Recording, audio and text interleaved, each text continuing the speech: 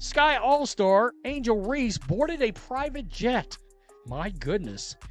For a postseason trip hours after missing Chicago's 91-86 season finale loss to the Liberty on Thursday night, as seen in a video on her TikTok page. Reese, who missed the Sky's final 3 games of the season due to a lingering back injury, in quotes, posted a TikTok video of her and her friend embarking on a getaway amid the star forward's strained relationship with the team.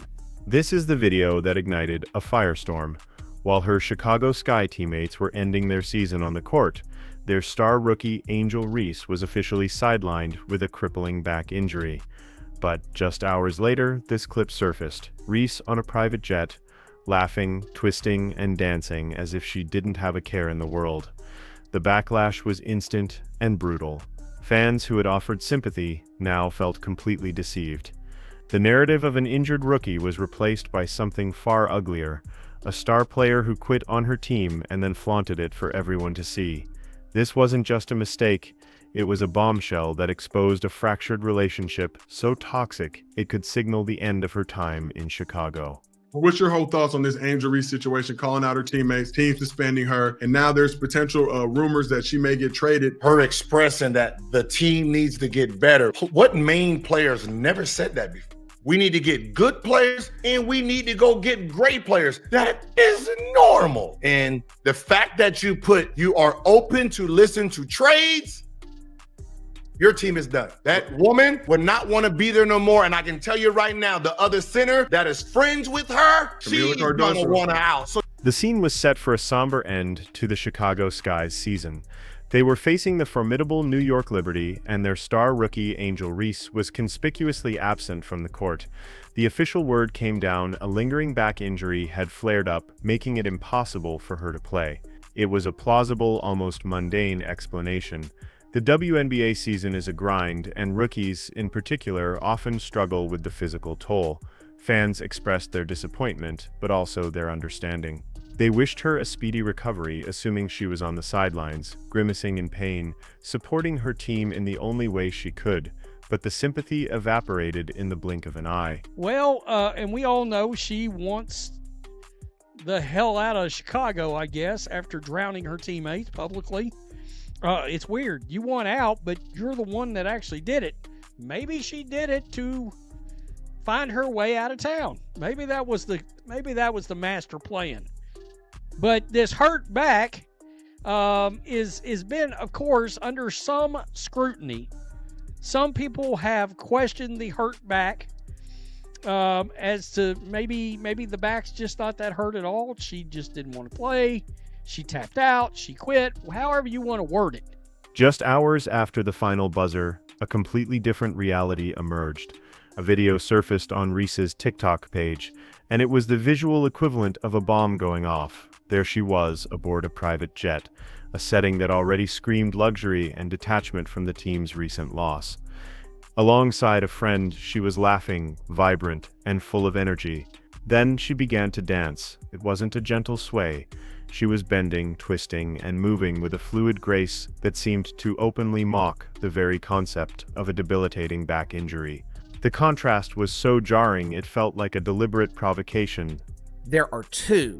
There is Angel Reese Jr., the pretend basketball player, and there is Angel Reese Sr., better known as Mama Reese, the professional clapping back at the haters. There is no denying the fact that Angel Reese on the court is a stat machine. Fantasy nerds like Mina Kimes, people who live in the world of make-believe, they love Angel Reese. The internet's reaction was instantaneous and merciless. The feeling of being deceived turned fans who had been sympathetic into her harshest critics. The comments section became a war zone. She was labeled a fraud, a quitter, and a drama queen. People who had defended her all season now felt foolish, as if they'd been played. The video wasn't just a bad look, it was a masterclass in how to alienate your own fanbase. It suggested that not only did she not care about the game she missed, but she also didn't care enough to even pretend. In the court of public opinion, Angel Reese was found guilty of abandoning her team, and the evidence was a viral dance clip that would come to define this chaotic chapter of her career. And second, she already threatened to leave, and in that same interview, she basically put the team on notice because she said, I quote, "I'd like to be here for my career, but if things don't pan out, obviously I might have to make a move in a different direction and do what's best for me." That's not a hint. That's a warning shot. She told the front office straight up, build a winning team or I'm out. I'm out. And when you put that statement next to her refusing to play, it looks like she's escalating.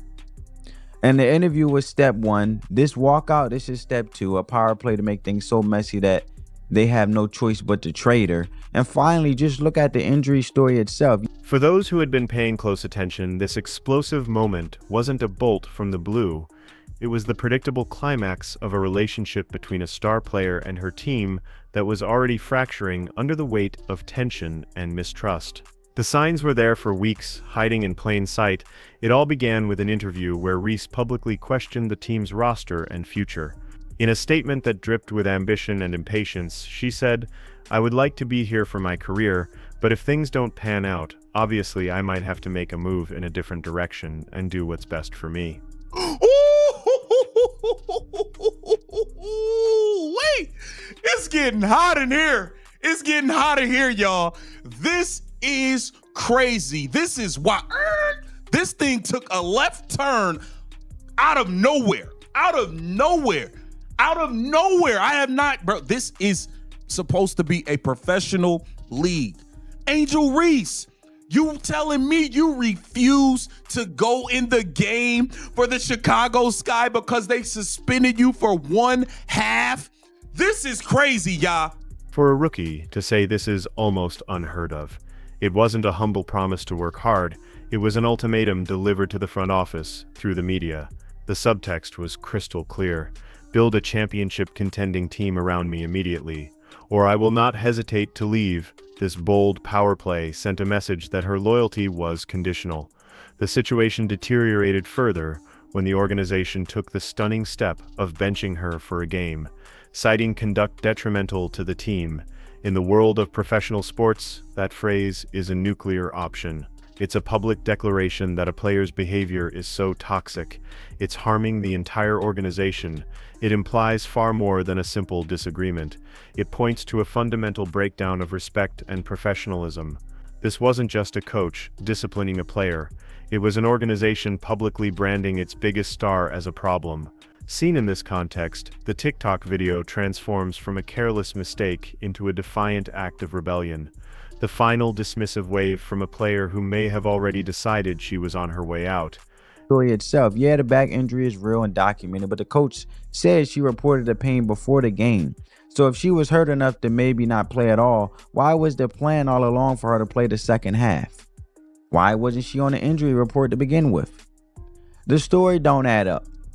The fact that the injury was announced right when her suspension ended is what nobody can get over. And it feels like a flare-up and more like a convenient excuse. And it's just wild to me. So what do you think? Was this a real injury with the worst timing ever?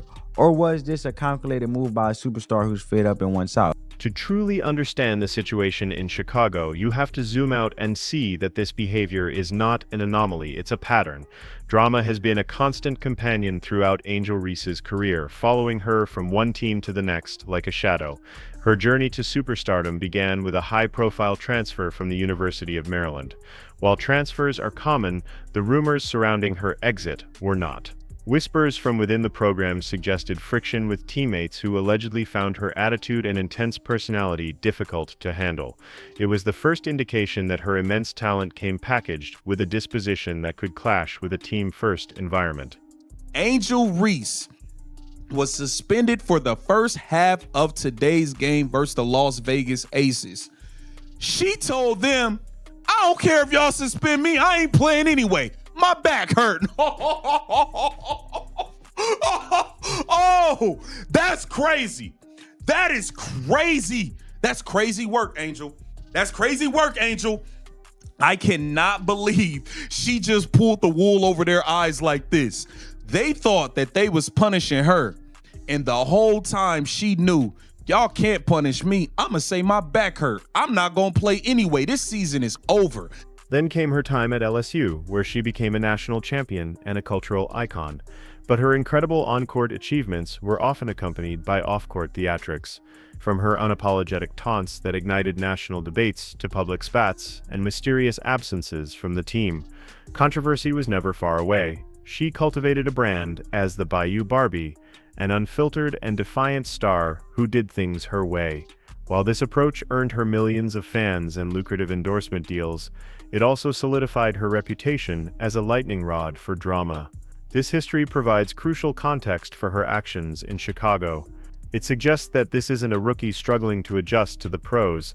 It's a personality who thrives in the spotlight, whether it's for her performance or for the chaos she creates. For Angel Reese, the line between confidence and conflict has always been razor thin. There we go. Okay. So let me stop this. This is Angel right there. This is the friend in the back. And Angel's doing all kinds of hunching and whatever. Got her back in the air, dancing around. Yeah, I've got the... Okay, there's some more dancing. I've got it muted because I don't want to get a copyright on some bullshit song. But there she is, just hours after missing said game with a, quote, bad back. As the controversy surrounding Reese reached a fever pitch, the narrative inevitably shifted to the one person she will be compared to for the rest of her career. Caitlin Clark, the internet, and the sports world at large immediately framed the situation as a tale of two rookies on two completely different paths. On one side, you had Angel Reese, embroiled in drama, questioning her team, and seemingly prioritizing her personal brand over her professional obligations. On the other, you had Caitlin Clark, who was quietly enduring one of the most physical rookie seasons in WNBA history. Turns featuring Angel Reese, my favorite person to talk about other than Caitlin Clark. Let's start with, can we pull up the quotes that she gave to the Chicago Tribune that started all this mess? I've been telling you all that Angel Reese wants out of Chicago. She's a front runner.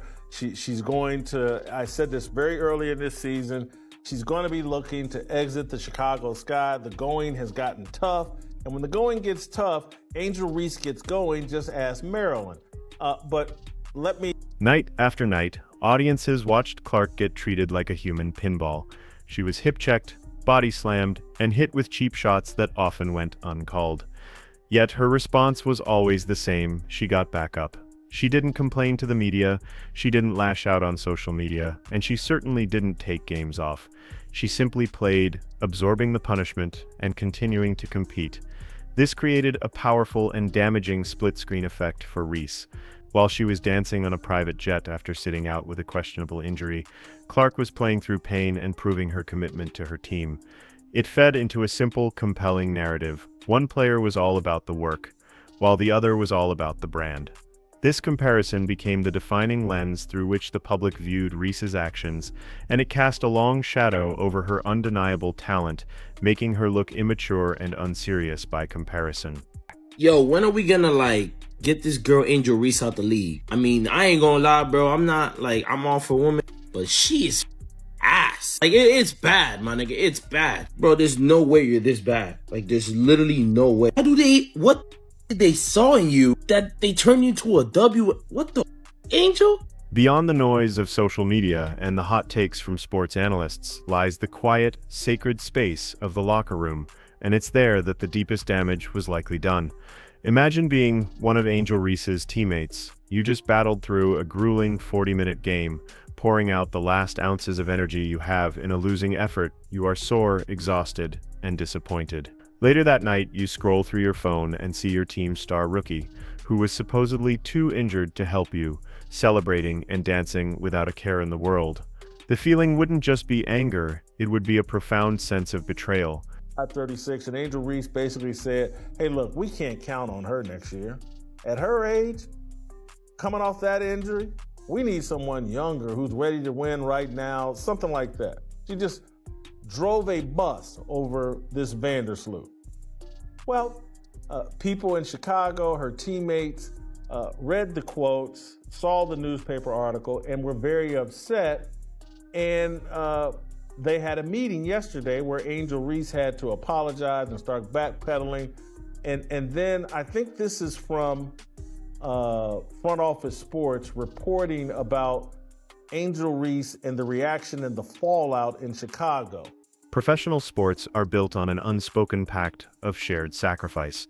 You play for the person next to you. An act like this shatters that pact. It sends a clear message that I am more important than we.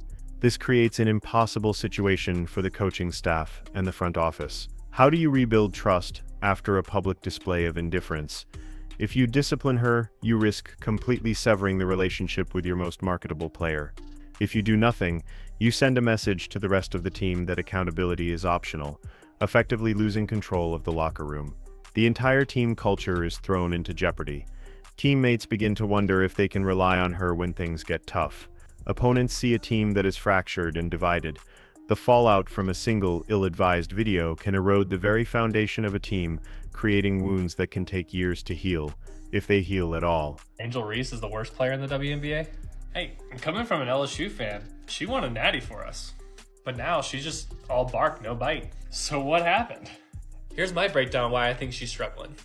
1, maybe I think the game's just too fast and physical from the college game.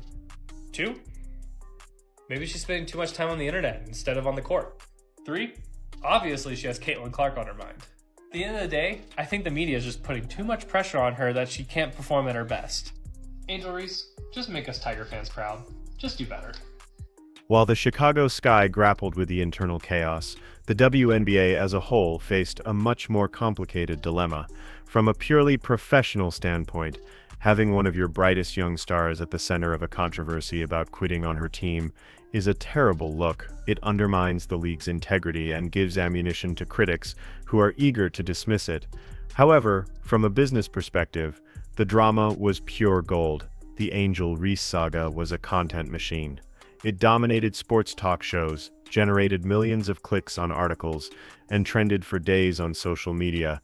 People who had never watched a WNBA game were suddenly weighing in. This is the WNBA's double-edged sword. The league is in a massive growth phase, and in the modern media landscape, controversy creates conversation, and conversation drives engagement. By not publicly reprimanding Reese, the league allowed the villain narrative to flourish, knowing it would keep their product in the headlines. It's a dangerous and risky strategy. While the short-term buzz might be intoxicating, it risks creating a league that is known more for its reality TV-style drama than for its world-class basketball. It's a disservice to the countless other players who show up every night, play hard, and represent the league with professionalism. The WNBA is walking a tightrope, trying to balance its quest for mainstream relevance with the need to protect the integrity of the sport itself. The Angel Reese affair is the ultimate test of that balancing act. In the aftermath of the controversy, Angel Reese is left standing at a pivotal moment in her young career. Her talent is undeniable. She possesses a rare combination of size, skill, and tenacity that makes her a potential franchise cornerstone for years to come. Her brand is powerful, and her ability to command the spotlight is second to none. But this incident has peeled back the curtain, forcing the world to question the substance behind the style. It has raised fundamental questions about her priorities, her professionalism, and her capacity to be the leader that a team can build around.